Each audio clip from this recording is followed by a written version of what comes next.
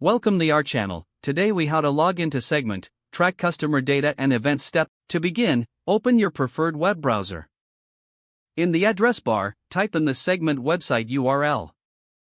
Press the Enter key to navigate to the Segment homepage.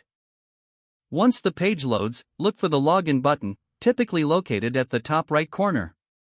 Click on the Login button to proceed to the login page. On the login page, you will see fields for your email and password.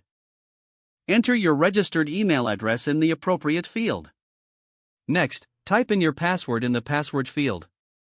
If you want the system to remember your login information, check the box for Remember Me. After confirming your email and password, click the Login button. Wait a moment as the system processes your login credentials. If your credentials are correct, you will be redirected to your Segment dashboard. In case you've forgotten your password, locate the Forgot Password link on the login page. Click on the Forgot Password link to initiate the password recovery process.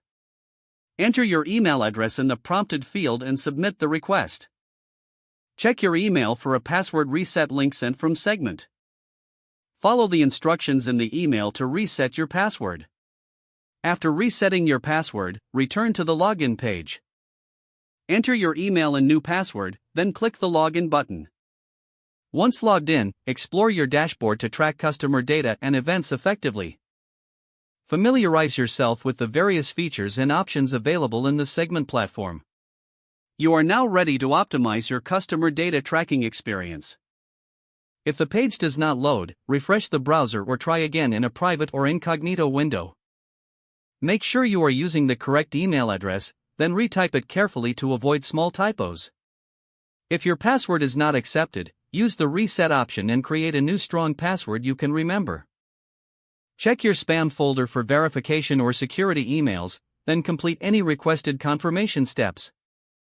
Enable two-factor authentication if available to improve account security and reduce unauthorized access risk.